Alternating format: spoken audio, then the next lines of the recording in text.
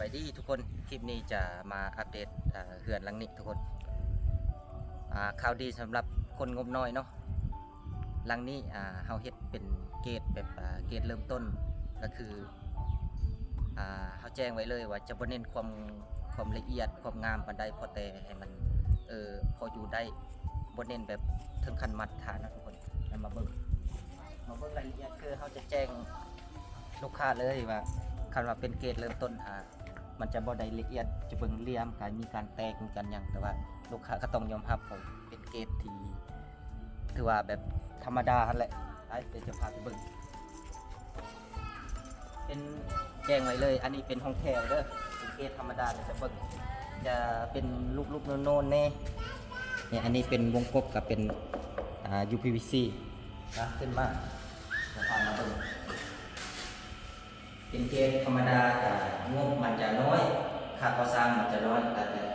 ที่ได้ประมาณนี้เป็นอลูมิเนียมกับเป็นเกรดธรรมดาแต่ทุกคนแต่มาเบิ่งตัวจริงได้ว่าโอเคบอกเรื่องนี่ปักเสียแล้วเขาก็จะฟังฝ่าให้เป็นเกรดธรรมดาแล้วนำมาเบิ่งเรียงมาเบิ่งชัดเจนเลยนี่เขาจะเรียงเขาจะบ่เนียนปานใดจะมีแตกมีเลนมีหลายๆอย่างที่มันเกิดขึ้นกันลูกค้าต้องยอมรับให้ได้ว่ามันบ่แม่นเกรดพรีเมียมเนาะเป็นเกรดธรรมดาแต่เป็นธรรมดาไปมาเบิ่งบ่ได้เปิดไฟเนาะมาเบิ่งห้องน้ำอันนี้คือที่โซนครัวเด้ออันนี้เป็นห้องครัวประตูก็เป็นเกรดธรรมดาราคาล้านปลายบ่ได้แพงเป็นเกรดธรรมดาที่ได้ประมาณนี้มันมีมาเบิ่งใกล้ๆแล้วมันจะเป็นแรงแบบนี้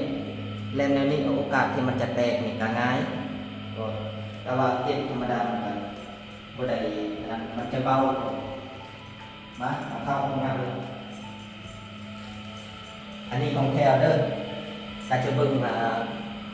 ภายในห้องก็จะเบิ่งแบบแป๊ะๆนิดนึงก็มี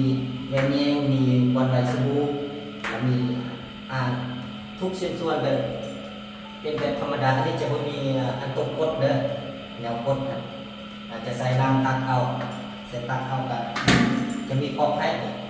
ใส่กอกก็มีผักบัวประมาณนี้จะไม่มีอย่างที่ว่าพิเศษกับเป็นแบบพื้นๆทั่วไปนั่นคือเกณฑ์ธรรมดาที่เรามีให้กาเอาเบอร์นี้นิดนึงนี่เขาปูกระโดดกันได้แต่ซัมมิเตอร์จะไม่ได้ปูพอจำเพดานอันนี้คือเกรดมันก็จะได้ประมาณนี้ทุกคนก็ถ้าว่าเรื่องใส่ได้บอกกับใส่ได้ปกติแต่ว่าอันนี้คือของแถวทำกับลูกค้าเพิ่นกันยินยอมในเกรดธรรมดาแต่พอได้ใช้เป็นเกรดวัสดุที่ดีถือว่าโอเคครับสำหรับทุกคนผู้ใดที่สนใจออกแบบหรือว่าก่อสร้างก็สามารถติดต่อให้ได้